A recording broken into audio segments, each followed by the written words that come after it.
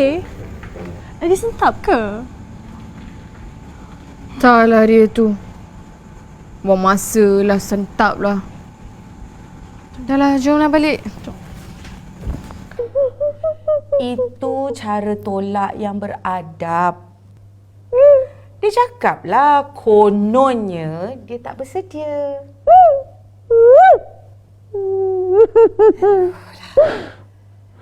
Aisyah, itulah kan aku dah cakap.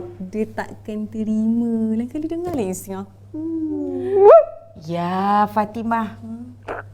Belum terlambat lagi. Macam Mami cakap lah. Ambil hati mak dia. Bila mak dia dah suka, mak dia akan pujuklah ustaz tu supaya sukakan Aisyah. Ataupun yang Mami sendirilah cakap dengan mak dia. Ya Mami, tolonglah Aisyah ya Mami. Kalau bukan Mami, siapa lagi nak tolong Aisyah ya Mami.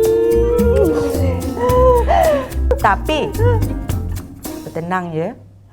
Kita serahkan semuanya pada Allah. InsyaAllah. Nak tenang tak? Ni Jas, muka Habib ni berseri-seri, putih, bersih, bercahaya. Handsome!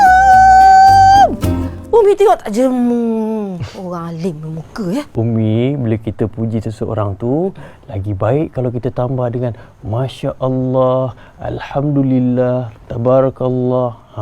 Baru tak kena penyakit ain. Apa tu? Penyakit ain.